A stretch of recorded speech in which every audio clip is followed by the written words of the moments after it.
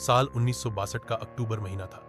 दुनिया के दो सबसे शक्तिशाली देश संयुक्त राज्य अमेरिका और सोवियत संघ एक ऐसी खतरनाक टकराव की ओर बढ़ रहे थे जिससे पूरी दुनिया तीसरे विश्व युद्ध और शायद परमाणु विनाश की कगार पर पहुंच गई थी। यह कहानी है एक ऐसे समय की जब हवा में युद्ध की गंध थी, समुद्र पर हथियारों से लैस जहाज तैनात थे और हर देश की निगाहें क्यूबा नाम के एक छोटे से देश पर टिकी हुई थी। कहानी की शुरुआत वॉशिंगटन डीसी, अमेरिका का व्हाइट हाउस।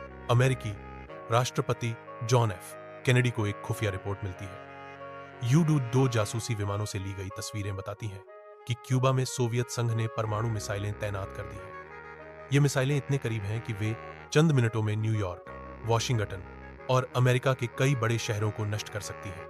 राष्ट्रपति कैनेडी की आंखों में चिंता साफ झलकती है। वे अपनी राष्ट्रीय सुरक्षा परिषद की आपात बैठक बुलाते हैं। सभी सलाहकार अलग अलग राय देते हैं। कोई कहता है तुरंत हमला करो, तो कोई कूटनीति से हल निकालने की बात करता है। क्यूबा, तनाव की जमीन। क्यूबा एक छोटा सा द्वीप राष्ट्र अमेरिका के तट से महज 145 किलोमीटर दूर है। वहां के नेता फिदेल कास्त्रो ने 1959 में क्रांति के बाद सत्ता संभाली थी और अमेरिका की जगह सोवियत संघ से दोस्ती कर ली थी। अमेरिका को यह पसंद नहीं आया। 1961 में अमेरिका ने बे ऑफ पिग्स नाम से एक असफल हमला किया जिसमें कास्त्रो को हटाने की कोशिश की गई। कास्त्रो अब सावधान हो गया था और सोवियत संघ से सैन्य मदद मांग बैठा। सोवियत संघ के नेता निकिता ख्रुश्चेव को यह मौका अच्छा लगा। वे अमेरिका को उसी की जमीन पर जवाब देना चाहते थे। अमेरिका ने पहले तुर्की और इटली में सोवियत संघ की सीमाओं के पास अपने मिसाइल तैनात कर रखे थे।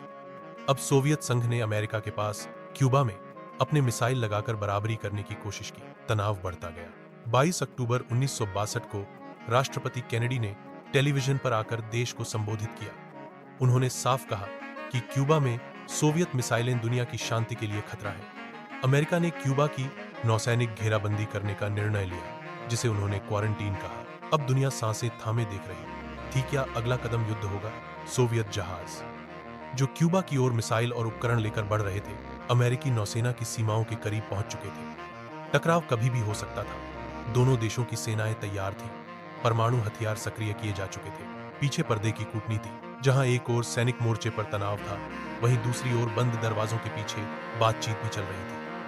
अमेरिका और सोवियत संघ के बीच गुप्त वार्ताएं हो रही थी। सोवियत संघ के नेता ख्रुश्चेव ने संदेश भेजा, अगर अमेरिका क्यूबा पर हमला नहीं करता और कास्त्रो की सरकार को बरकरार रहने देता है तो वे मिसाइलें हटा लेंगे। लेकिन इसके साथ ही एक दूसरा, अधिक औपचारिक पत्र आता है जिसमें यह भी मांग थी कि अमेरिका तुर्की से अपनी मिसाइलें हटाए।